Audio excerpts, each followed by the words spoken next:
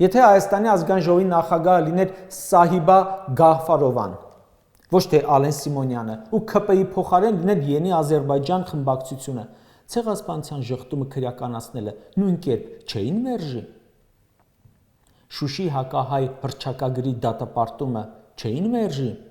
Հայ գերիների մասին բանաձևը չէին մերժի։ Վերցրեք հերթով բոլոր պաշտոնները ու մի կարճ վերլուծեք, թե դրանցում, եթե աշխատեին ադրբեջանցիներ, ավելի վատ կլիներ, քան այսօր է։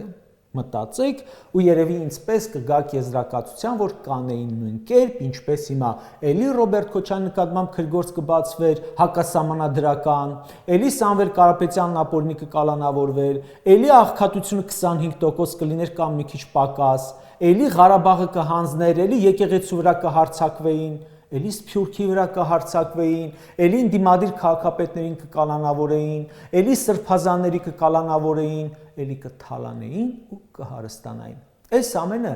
մեր շահերից չի բխում, բխում է մեր թշնամիների շահերից, ու այդ շահերը սպասարկվում են։ Պաշտոնյաների ազգանուններին մի հետևեք, քայլերին հետևեք, ինչ են անում, ում է ձեռնտու։ Եվ ուրեմն իմացեք, թե որտեղից է կառավարվում Հայաստանի կառավարությունը։